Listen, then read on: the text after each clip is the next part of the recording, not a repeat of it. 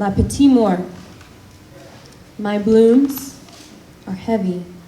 The slightest breath disturbs them, and their chins bob low. Bend, recover. From the earth rise pests of all shapes and sorrows. Plague they me.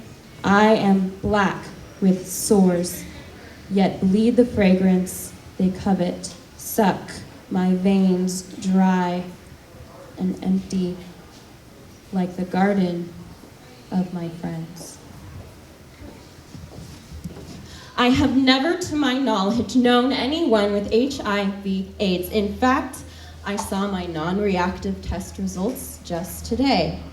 So when I saw the exhibit in all its explicit, fervent glory and gore, I felt humbled and a little ashamed of the way I was raised to love Jesus and keep the gays at arm's length. So why should I say a single word here? What right have I? Does my place on this stage dishonor those who have looked HIV/AIDS in the face? I have been wrestling these questions since the invitation was made. I have a confession to make. The more I learn about this facet of pain, the more I see my own struggle and strength. I was raised in a cult. I have been subjected to sexual assault 6 years and then some, like insult times injury. My own mind is a minefield. This is my disease. Every moment of my life is compromised because my brain was washed, but I've never been clean. My own flesh and blood raped me. Not unlike a virus, hate invaded my soul, and left untreated, it would have continued to mutate and manipulate every step of the chase, but art saved me. And I stand here before you today because of the hands that here placed me. But hear me when I say it took some strength. I may never feel safe in a cage of flesh, but my soul is not the wire. It is the phoenix inside on fire. Yet I does not open my third eye any wider. See, I am no more wiser for all my worry. I am nowhere faster for all my hurry to live before the curtain falls and there is uproar and then no more. And I am gone.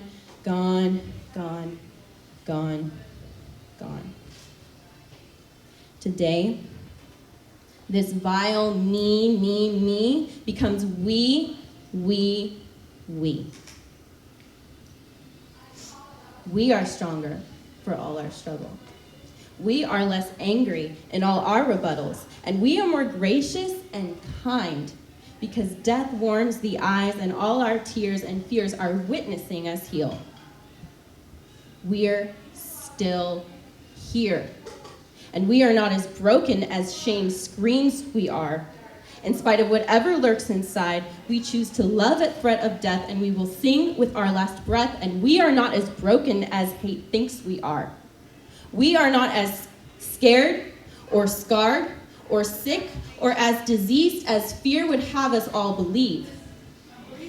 We have not forgotten how to live and breathe just because we have seen grief, and if we have hope, we have relief. And we are not as broken as we think we are.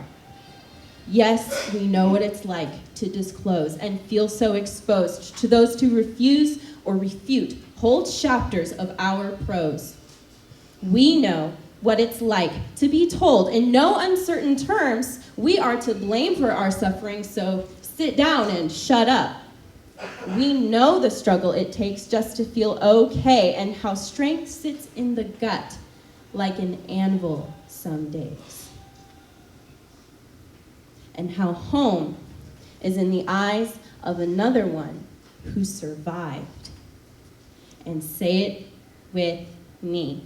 We are not as broken as we think we are.